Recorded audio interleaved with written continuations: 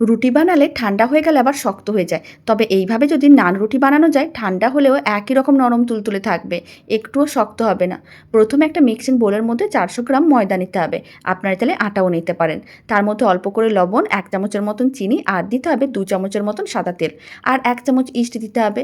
এবার সমস্ত শুকনো উপকরণগুলোকে ভালো করে মিশিয়ে নিতে হবে। তারপরে দিতে হবে গরম জল। গরম জল দিয়ে একটা নরম ডো রেডি করতে হবে, খুব বেশি টাইটও না। ঠিক এরকম করে ডোটা রেডি করে 20 মিনিট রেখে দিতে হবে। 20 মিনিট পরে ডোটাকে আরেকবার ভালো করে মেখে নিতে হবে। তারপরে মিডিয়াম সাইজের লেচি কেটে নিতে হবে। লেচিগুলোকে একটু বড় করে বানাতে হবে। তারপরে অল্প শুকনো ময়দার মধ্যে লেচিটাকে ভালো করে কোট করে ঠিক একটু মোটা রুটির মতন করে বেলে নিতে হবে। আর যখন রুটিটা একটু মোটা করে বেলা হয়ে যাবে, অল্প করে তেল ব্রাশ করতে হবে আর অল্প করে ময়দা ছড়িয়ে দিতে হবে। একটা সাইড এইভাবে কেটে আবারও গোল করে নিতে হবে।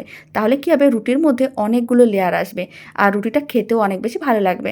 তারপরে রুটিটাকে বেলে নিতে হবে আর শুকনো তাওয়ার মধ্যে দিয়ে এইভাবে উল্টে পাল্টে দুদিকে লাল লাল করে ভেজে নিতে হবে। যখন সমস্ত নান রুটিগুলো ভাজা হয়ে যাবে, অল্প করে বাটার নিয়ে এইভাবে ব্রাশ করে দিতে হবে। এতে রুটি দেখতেও ভালো লাগবে, খেতেও ভালো লাগবে। আপনারাও বাড়িতে বানিয়ে দেখতে পারেন, খেতে বেশ ভালো হয়।